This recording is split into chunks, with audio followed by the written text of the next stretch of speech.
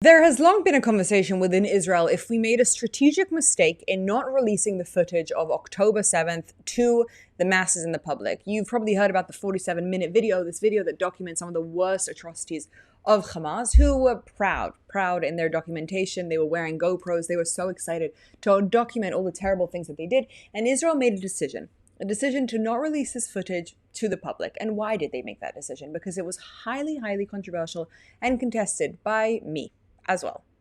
I'll add that. Okay, so why was the decision made? Well, because in Israel, there's this idea that's actually very unfamiliar to the majority of the world at this point, and it is called valuing and respecting your dead. Okay, we really, really respect life. We have deference for life, and we have a lot of deference for death. And therefore, the idea of taking this footage and just propagating it, for it to become videos on social media, to be banned and to receive hate comments when there were real people there who were killed and destroyed in the most vile way, is just something that is not the way that Israel operates. Who does operate this way? Obviously, the Palestinians, who absolutely love footage of dead people, right? They go out of their way, not just to film children being killed, but obviously to fake it and to put people into the worst case military scenarios so they can create tons of footage. And Israel just doesn't operate that way. We don't mess around when it comes to respecting our dead. I don't know if you are familiar with this, but after October 7th, for months and months and months, Jewish people were out there trying to collect every piece of blood.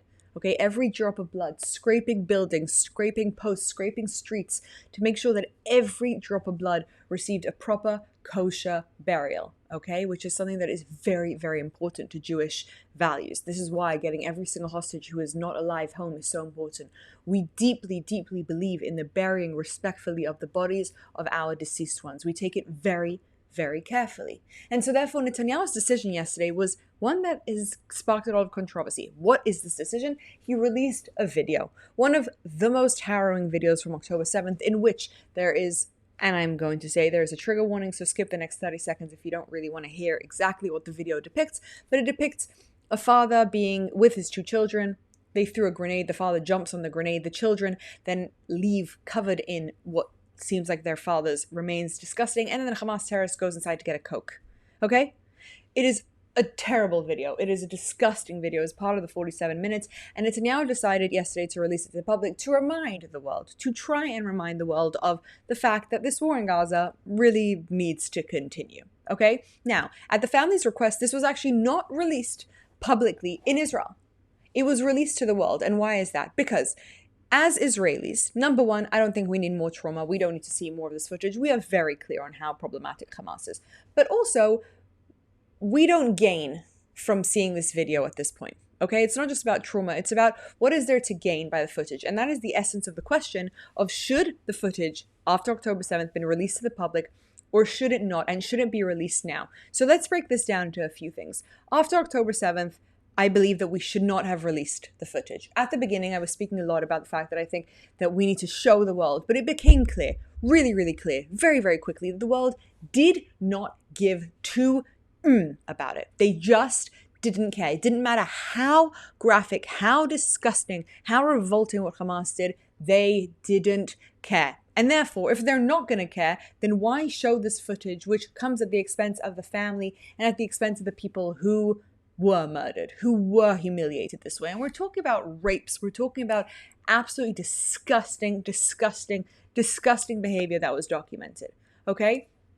As time went on, Israel's decision to protect its moral integrity kept on being called out as a negative thing, right? Like, well, show us the proof, show us the proof, show us the proof. And it is my belief that when somebody says something to you like, show me the proof you were raped, show me the proof you were killed, that's not somebody who actually wants to see the proof. And that's not somebody who, if you show them the proof, they will change their mind. That's somebody who's just looking for another reason to not believe you. And so Israel just continued to not show the footage and not to provide the documentation.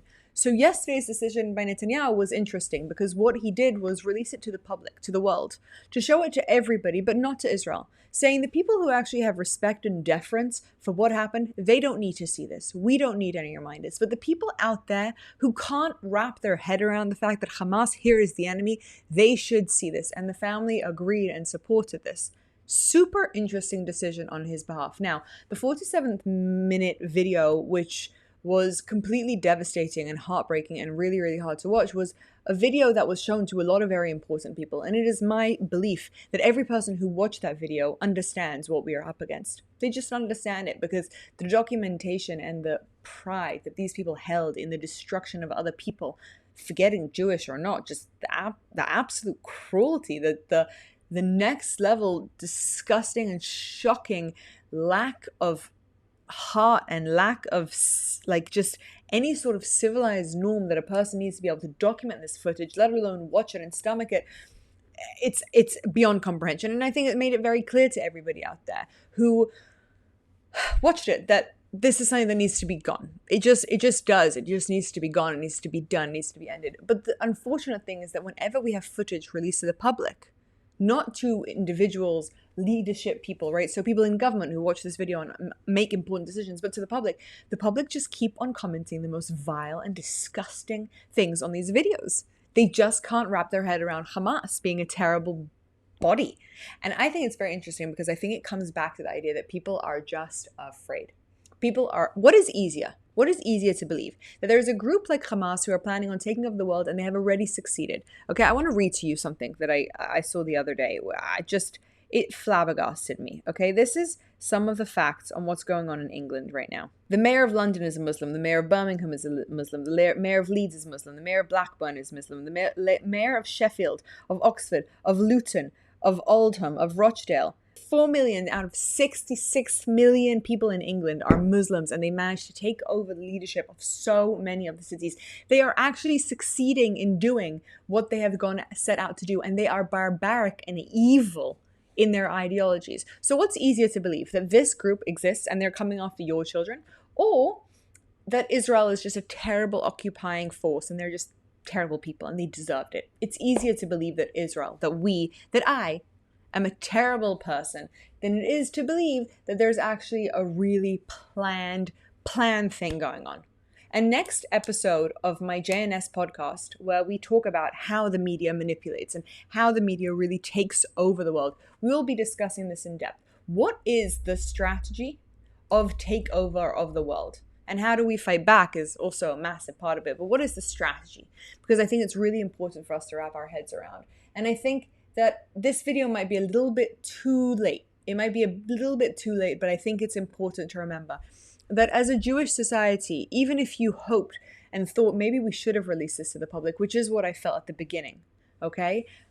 Even if you thought that, we don't lose out from keeping our morals. We, as the Jewish people, don't lose out from holding on to the fact that death and life is of value to us, and we treat our dead with respect, and we don't just throw the footage and content out to get public approval. If they can't see the truth, that is on them. It is not on us, and therefore we have to keep on doing the right thing. And I am very, very proud of us as a society, and I think this is a very interesting and smart and strategic move by Netanyahu to say, I do still respect the values of our society, and so we're not just going to be throwing this footage and these videos out to us, but we are going to send it to the people outside. And although I disagree with Netanyahu on the fact that we need so much public approval, I don't care what the world thinks about us. If there's ramifications, we will deal with them.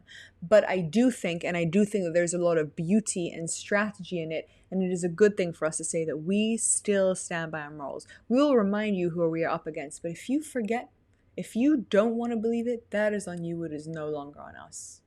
Thank you for watching with us up until this point. I am Meira K. You can follow me at Meira K Official on Instagram, Twitter, X, everywhere, anywhere you can think of. Please like, comment, subscribe. Join us on this journey as we fight back against the media, against radical Islam, against the lack of morality, against the insanity on what is going on in the West. And as we stand up to build a better society for our children, for our future, for ourselves, in which morals are clear, in which reality is sound, and in which we actually know that the truth can once again defeat evil. Thank you for being here with me.